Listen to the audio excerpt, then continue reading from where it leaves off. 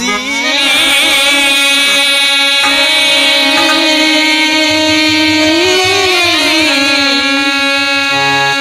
मांगे से अधिकार न मिलता,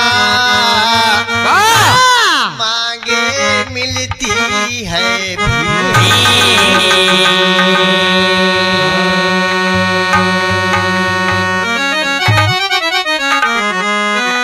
बहुजनों पे जुल्मों सितम ढाया जाएगा,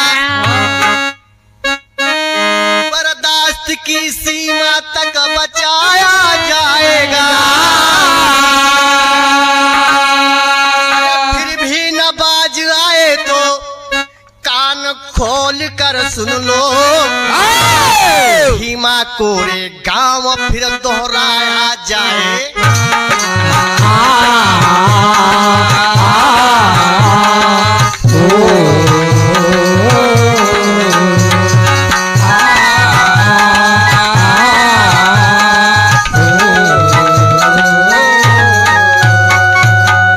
कुछ लोग हैं समाज के भी, कुछ नेता लोग भी हैं।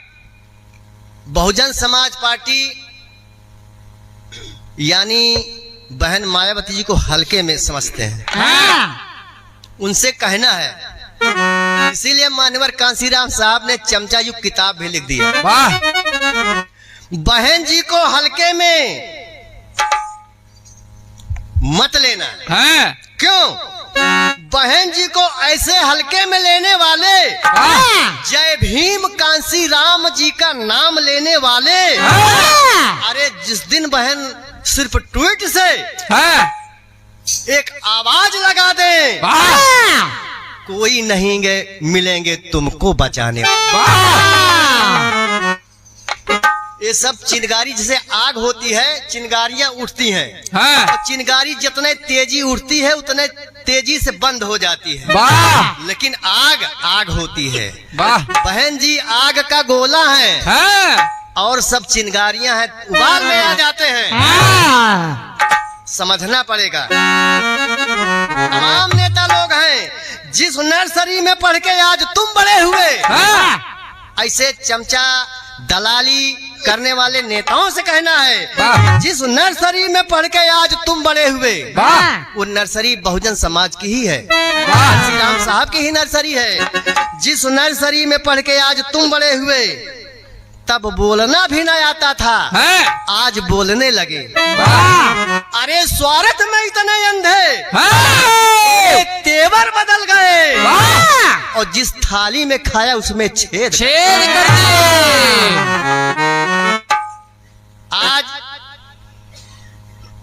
इन्हीं दलालों की वजह से आज एक मनवादी, एक नहीं दो मनवादी, एक मनवादी तो सुप्रीम कोर्ट में अपना जूता फेंकने के तैयार हो गए, और एक मनवादी कहता है कि अंबेडकर ने संविधान लिखा ही नहीं।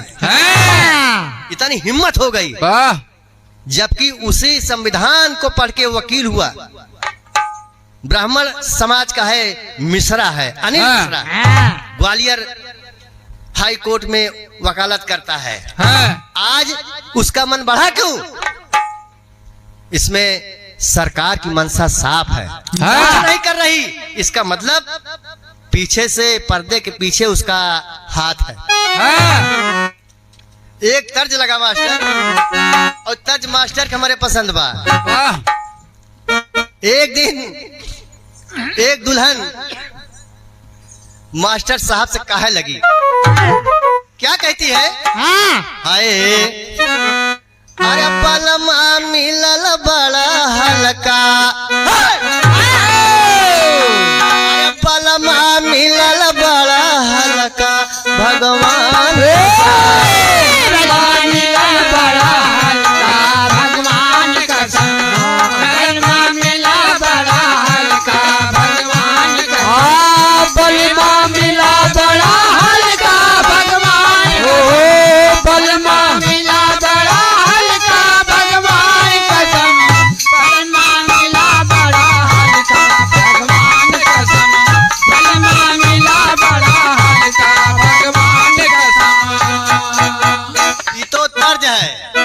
मास्टर साहब का पसंद है।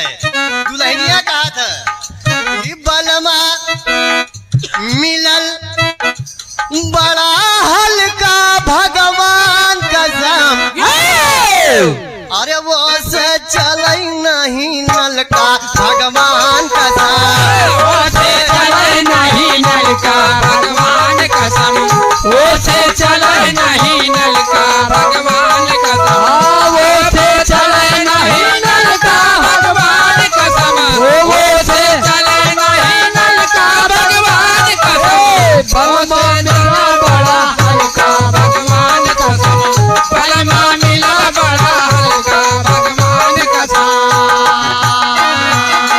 ये तो तरज रहा लेकिन मरज बढ़ गया। वाह मरज इतना बढ़ गया कि मनवादी लोग कुछ भी बोल रहे हैं, बक रहे हैं। हाँ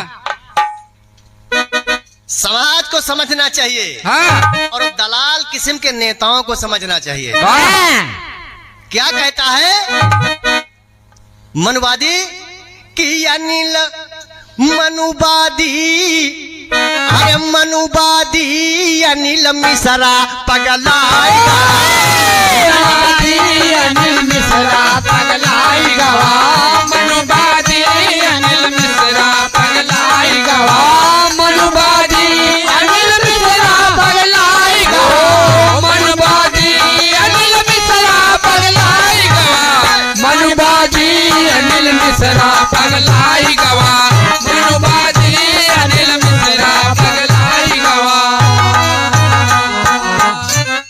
ये बहुजन समाज को क्या समझता है, लेकिन बहुजन समाज के कुछ नेताओं ने और बहुजन समाज के लोगों ने कुछ जागरूकता दिखाया। हाँ होता क्या है कि मनुवादी अरे अनिल मिश्रा पगलाई गवा, तब बहुजन कई जूता से तई मखाई गवा, बहुजन के जूता से तय खाई गवा, बहुजन के जूता से तय खाई गवा, बहुजन का जूता से तय खाई गवा, बहुजन का जूता से तय खाई गवा, बहुजन लाई गवा, बहुजन लाई गवा।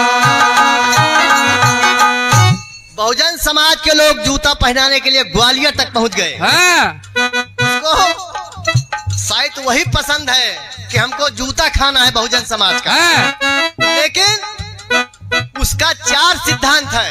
वो क्या कहता है कि नंबर 1 मेरा मकसद है कि सनातन धर्म की स्थापना करूं। हाँ दूसरा उसका शर्त है कि आरक्षण को खत्म किया जाए। हाँ और तीसरा है कि एसटी एक्ट को एकदम से खत्म किया जाए। हाँ और चौथा है कि संविधान, जो लोग कहते हैं कि बाबा साहब अंबेडकर ने लिखा, बाबा साहब ने अंबेडकर ने संविधान नहीं लिखा। हाँ ये 4 बातें लेके ढो रहा है कुछ लोगों के साथ। हाँ और पर्दे से आरएसएस और सरकार का हाथ भी है। हाँ कहना है उसका क्या कहता है कि हम है सनातन, हम है सनातन धर्म के सम्मान में, हम हैं सनातन धर्म के सम्मान में, हम हैं सनातन धर्म के सम्मान में। लेकिन उस मनवादू को ये नहीं पता कि बाबा साहब ने सबसे पहले संविधान के सबसे ऊपरी भाग में लिख दिया एक शब्द, धर्मनिरपेक्ष। यानी इस देश भारत में जितने भी धर्म हैं, कोई भी किसी धर्म को माने, हाँ। सबको बराबर का हक है। वाह कोई बात नहीं, लेकिन ये कहता है कि सिर्फ भारत में सनातन धर्म की स्थापना होनी चाहिए। हाँ। कैसे हो सकता है? जब तक भारतीय संविधान कायम है, सनातन धर्म की स्थापना कैसे हो सकती है? हाँ। नहीं हो सकती। लेकिन कहता है मनवादी कि सनातन धर्म के सम्मान में, हम हैं सनातन धर्म के सम्मान में, हम हैं सनातन धर्म के सम्मान में। धर्म निरपेक्ष लिखे भीम संविधान में, धर्म निरपेक्ष लिखे संविधान में, धर्म निरपेक्ष लिखे संविधान में। देखिए, ब्राह्मणवाद किसी जाति से मतलब नहीं है। ब्राह्मणवाद एक व्यवस्था है, विचार है। हमारा भी भाई ब्राह्मणवाद का शिकार हो सकता है, हाँ। हमारे परिवार का भाई कोई भी ब्राह्मणवादी विचारधारा का हो सकता है। लेकिन ब्राह्मण में भी कुछ हैं अच्छे विचार वाले हैं, उनको भी खराब लगता है कि यहाँ बराबरी का दर्जा होना चाहिए। ऐसे लोगों की तरफ से कहना है कि धर्म निरपेक्ष लिखे भीम संविधान में, भीम भीम संविधान में, धर्म निरपेक्ष लिखे भीम संविधान में। अपने वंशज के पगिया डुबाई गवा, बहुजन कई जूता से तई मखाई गवा, बहुजन के जूता से तई मखाई गवा, बहुजन के जूता से तई मखाई गवा, बहुजन के जूता से तई मखाई गवा, बहुजन के जूता से तई मखाई गवा, बहुजन के जूता से तई मखाई गवा, बहुजन के जूता से तई मखाई गवा। आज हम भी कहते हैं कि ठीक है, आरक्षण गलत है, नहीं होना चाहिए।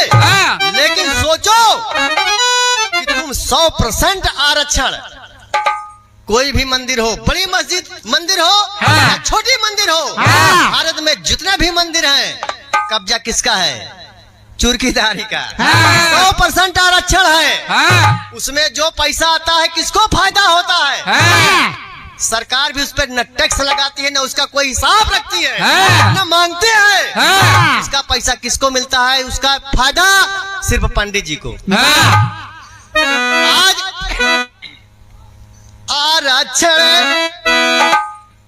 बाबा साहब ने आरक्षण इसीलिए लागू किया, इस देश में गरीब वो भी आरक्षण के तहत उसको फायदा मिलेगा, तो देश में सब लोग बराबर हो जाएंगे, बराबर मिल बांट के खाएंगे।